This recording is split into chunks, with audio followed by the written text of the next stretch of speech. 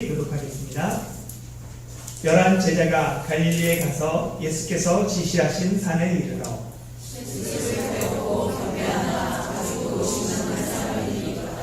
예수께서 나와 말씀하여 이르시되 하늘과 땅의 모든 권세를 내게 주셨으니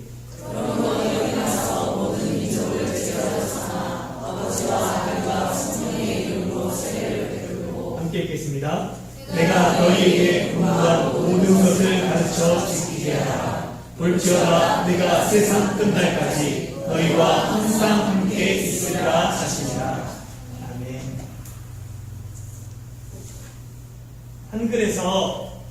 한글에는 한자에서 온 단어들이 많이 있습니다. 그래서 그냥 한글말을 들었을 때는 이게 무슨 말인가 잘 모르는 경우가 많이 있어요. 오늘 설교 제목이 뭡니까? 지상 대명령.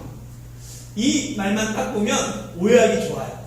어떻게 생각하냐면 많은 사람들이 예수님께서 마지막에 이 땅에 있을 때 그리고 또 이 땅에서 가장 중요한 명령을 하셨다라고 생각합니다. 그런데 이 지상 대명령의 이 땅 지자는 땅지가 아니에요. 이거는 이를지 다할지를 씁니다. 그래가지고 위에 이르도록 큰 명령이다, 최상의 명령이다 라는 뜻을 가지고 있습니다. 그래서 영어로는 지상 대명령은 The Great Commission이라고 얘기를 하죠. 그리고 이것이 오해될 때가 많기 때문에 대위임 명령, 대사명이라고도 이야기합니다. 중국 내지 선교회의 창시자인 허드슨 테일러는 이런 말을 했습니다. 지상 대명령은 선택할 수 있는 옵션 중에 하나가 아닙니다.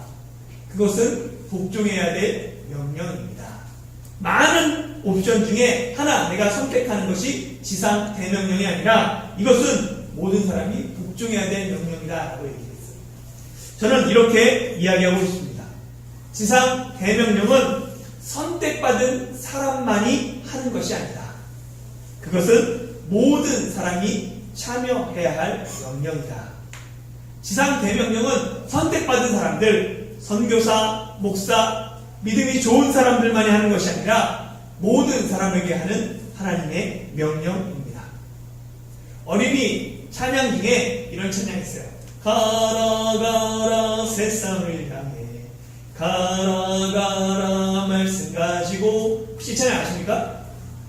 이 찬양을 부르다 보면 느낌이 어감이 뭐냐면 이 사람을 보내야 될 것 같아요. 옆 사람을. 나는 안 가도 될 것 같아. 가라 가라. 옆 사람한테 표현도 가라 가라 뭐 이러잖아요. 그래서 제가 할 때는 이 찬양을 어떻게 불렀냐면 가자 가자 세상을 향해 가자 가자 말씀 가지고. 우리가 함께 가야 합니다. 믿음 좋은 사람, 저 사람, 보내고 싶은 저 사람이 가는 게 아니라 우리가 모두 가야 하는 거죠. 선교 구호 중에 가든지 보내든지 하라 라는 구호가 있죠. Go or send. 그러니까 가거나 보내면 될 것 같아요.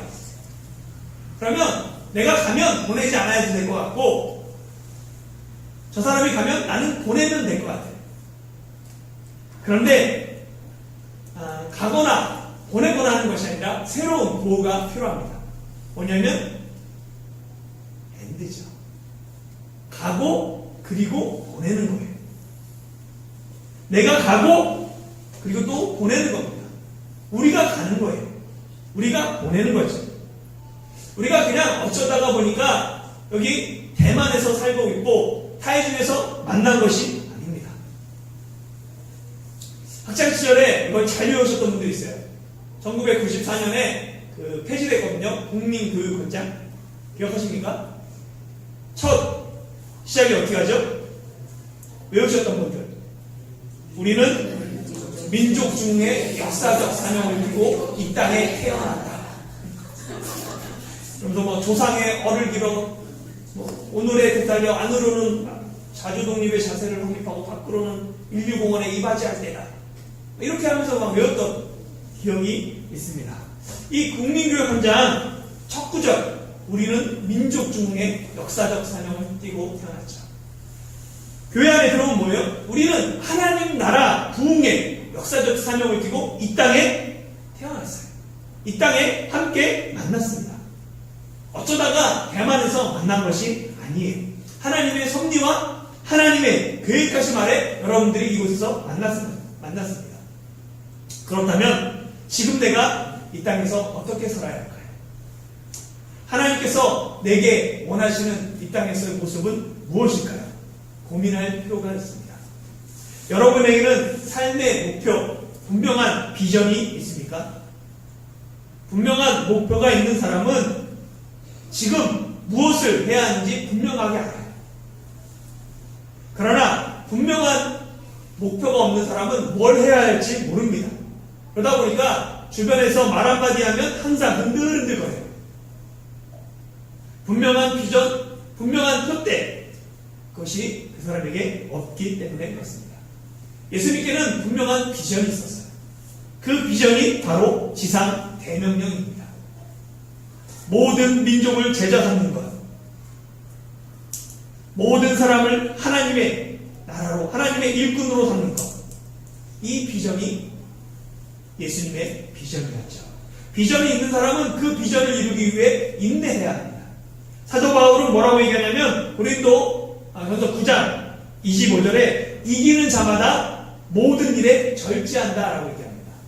운동선수들 화려해 보여요. 그런데 그 한 게임 뛰기 위해서 철저하게 절제합니다. 먹는 것을 절제하고 하고 싶은 것 절제하고 자신의 음식과 모든 것들 시간 절제하는 거죠. 마찬가지입니다. 세상 사람들조차 목표를 향해서 절제한다면 우리 내 욕망을 이루고자 하는 것이 아니잖아요. 하나님의 비전을 이루기 위해서 나는 무엇을 절제하고 있습니까? 잠언 29장 18절은 이렇게 얘기합니다. 같이 한번 읽어볼까요? 시작. 묵시가 없으면 백성이 방자의 공감원료와 율법을 지키는 자는 복이 있느니라. 아멘.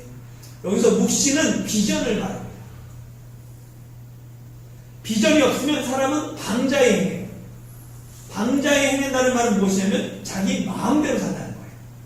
비전이 없으니까, 목표가 없으니까 자기 마음대로 삽니다. 자기 욕망에 이끌려 사는 거예요. 타이중 한국교회를 시작할 때 하나님께서 저에게 주셨던 이 교회의 비전, 목표가 있습니다. 그래서 뭐냐면 하나님이 기뻐하시는 교회예요. 타이중에 개척되는 교회가 하나님이 기뻐하시는 교회가 되길 소망했습니다. 하나님이 기뻐하시는 교회는 어떤 교회일까요? 선생님이 기뻐하는 학생, 어떤 학생들을 좋아해요? 말 잘 듣는 학생. 선생님 말에 순종하는 학생을 좋아하죠. 부모님이 어떤 자녀들을 기뻐합니까? 부모의 말에 순종하는 자녀를 기뻐해요. 마찬가지입니다. 하나님이 기뻐하시는 교회는 어떤 교회예요? 하나님의 말씀에 순종하는 교회를 하나님은 기뻐하십니다. 성경 신구약 66권 1189장 절로 하면 31,102절 그 말씀 중에서 어떤 말씀을 하나님께서 기뻐하실까요? 어떤 것을 순종할 때 하나님이 기뻐하실까요? 어떤 말씀일까요? 하나님을 사랑하고 이웃을 사랑하는 것. 그런 교회를 하나님이 기뻐하시죠. 하나님 사랑하고 이웃 사랑하는 것, 그것을 나타나는 가장 큰 하나님 사랑이 복음을 증거하는 거예요. 하나님의 말씀을 전하는 것, 그것이 하나님 사랑의 가장 큰 표현입니다. 이웃 사랑의 가장 적극적인 표현이 뭐예요? 마찬가지입니다. 이웃을 구원하는 겁니다. 예수 그리스도의 복음을 전하는 것이죠. 그렇기 때문에 바로 하나님 사랑과 이웃 사랑이 만나는 것이 뭐냐면 지상 대명령인 거예요. 모든 민족을 제자 삼는 교회.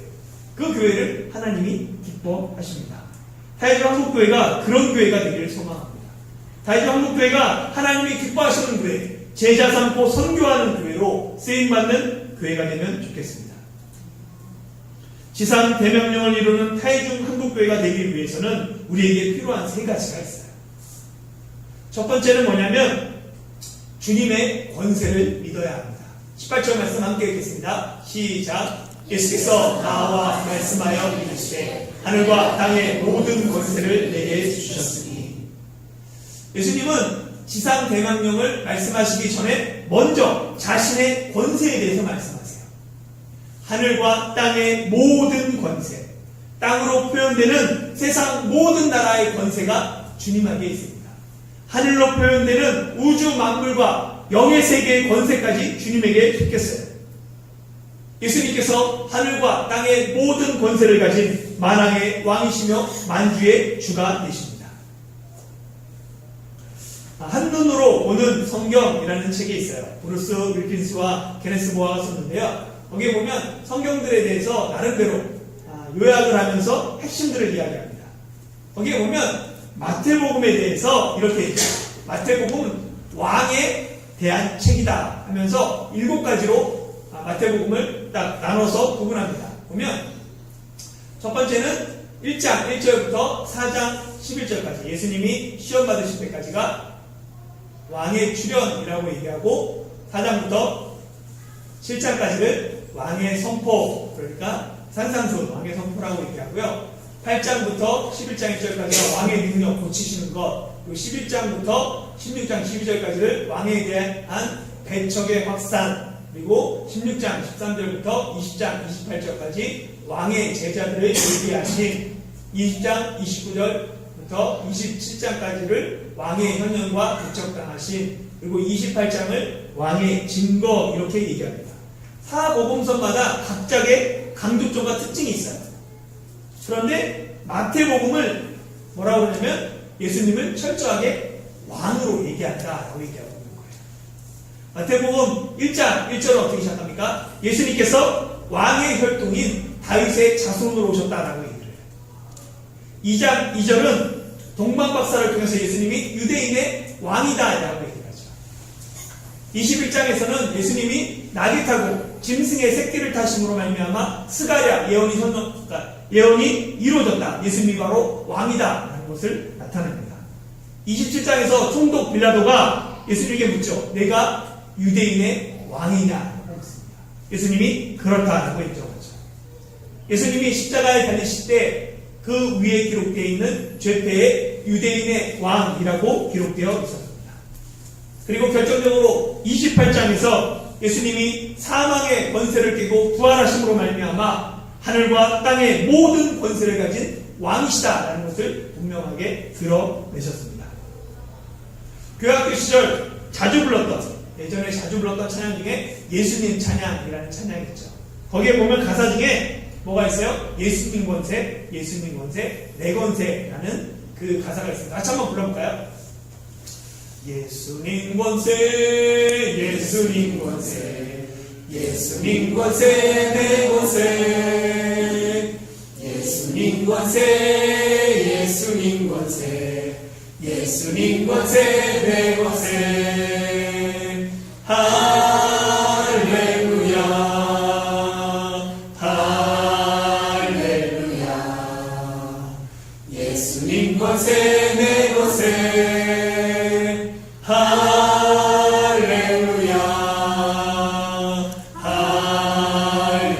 할렐루야. 예수님 권세, 내 권세. 이 찬양은 단순하면서도 진리를 담고 있어요. 예수님 권세가 바로 내 권세임을 그것을 믿으시길 소망합니다. 주님의 권세를 내 권세 삼는 사람은 어떤 어려움이 있어도 흔들리지 않아요. 나를 보내신 분이 하늘과 땅의 만왕의 왕 되시기 때문에 그냥 별 볼일 없는 분이 나를 보내신 것이 아니기 때문에 그 권세를 갖고 그 명령에 수행하게 됩니다. 그래서 첫 번째는 주님의 권세를 믿어야 된다면 두 번째는 주님의 명령에 순종해야 합니다. 19절에서 20절 상반절까지 함께 읽어보도록 하겠습니다. 시작. 그러므로 너희는 가서 모든 민족을 제자로 삼아 아버지와 아들과 성령의 이름으로 세례를 주고 내가 너희에게 분부한 모든 것을 가르쳐 지키게 하라. 아멘. 지상 대명령을 말씀하시는데 맨 처음에 시작되는 단어가 그러므로입니다. 접속사예요.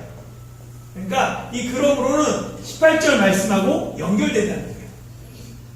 하늘과 땅의 모든 권세를 가진 주님께서 명령하신다는 거죠. 그러므로 우리는 그 명령에 어떻게 해야 돼요? 순종해야 돼요. 이 명령에 순종하지 않는 사람은 예수님을 왕으로 인정하지 않는 거예요.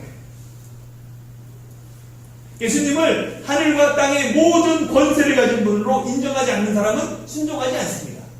그러나 내가 예수님을 하늘과 땅의 모든 권세를 가지고 그분으로 왕으로 인정한 사람은 이 명령에, 왕의 명령에 순종해야 된다는 말이 그러므로라고 되어 있는 거예요. 예수님의 지상명령 속에는 여러 가지 동사가 나오죠. 여러분들 보세요.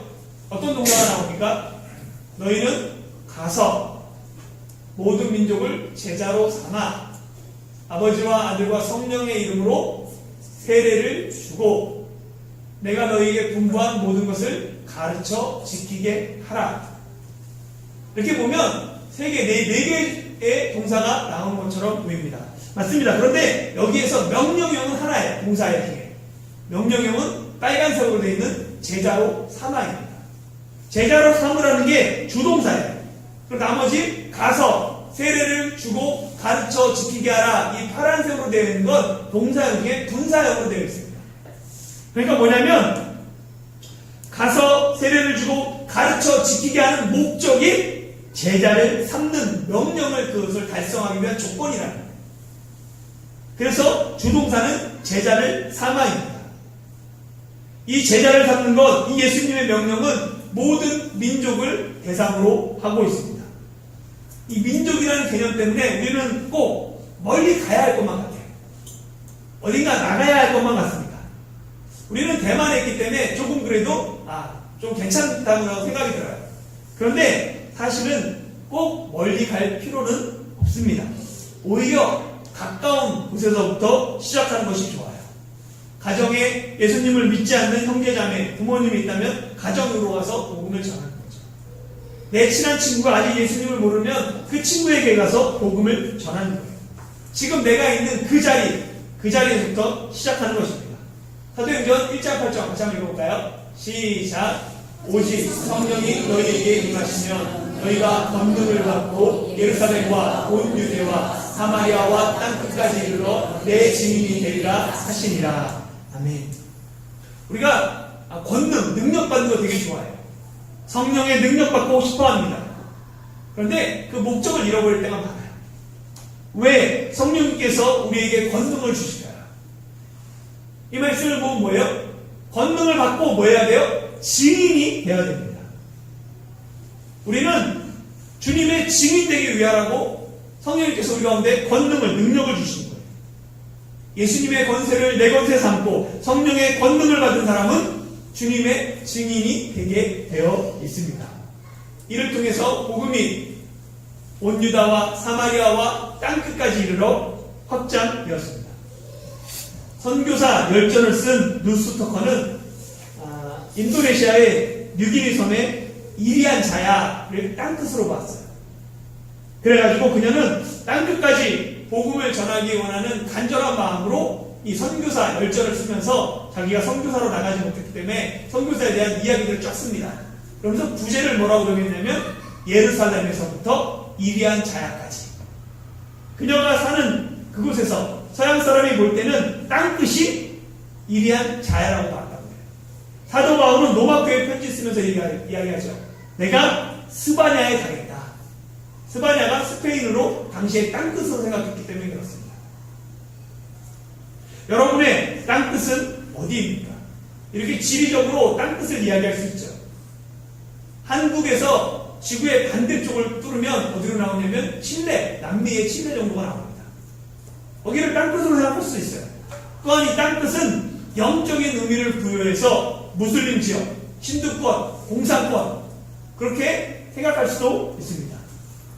마찬가지로 땅끝을 심리적인 의미를 부여해서 내가 제일 가기 싫은 곳, 생각만 해도 너무 싫은 곳, 그것으로 해석할 수도 있습니다. 땅끝이 어디가 되었든 중요한 것은 지금 이 시각에도 복음은 계속해서 확장되고 있으며 예수 그리스도의 나라는 끊임없이 나아가고 있다는 사실입니다. 주님께서 명령하신 것처럼 복음은 모든 민족에게 증거될 것입니다. 복음은 남녀노소를 불문하고 쥐, 고아를 막론하고 모든 사람에게 전해져야 합니다. 그렇다면 이 일은 누가 해야 합니까? 바로 나로부터 시작돼야 합니다. 특별한 사람이 아니라 바로 나로부터 시작되는 명령입니다.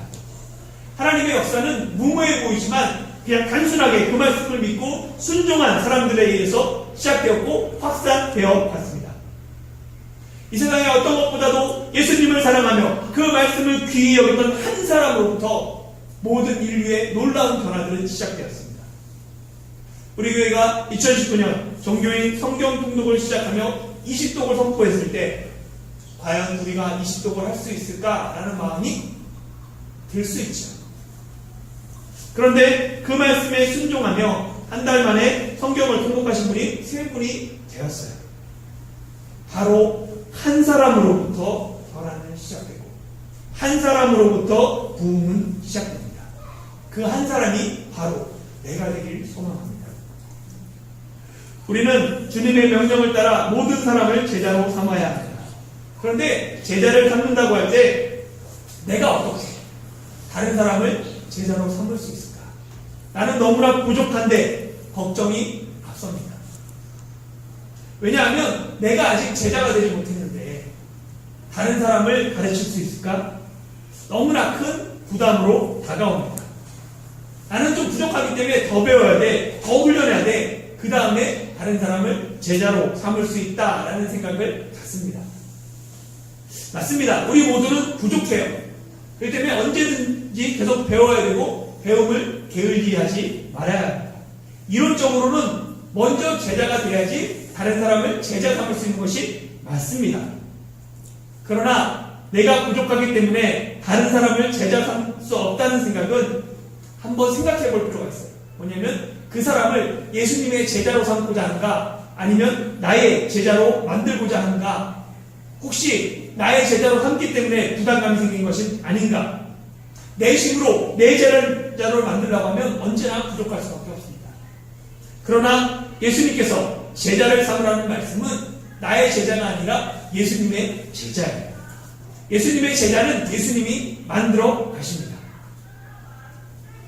그래서 제자를 양육하는 사람은 기도하면서 그 제자가 예수님 앞에 붙어 있기만 해요. 정말 양육받는 사람이 끊임없이 주님 앞에 붙어 있도록 그들을 인도하고 같이 돕는 역할을 하면 됩니다.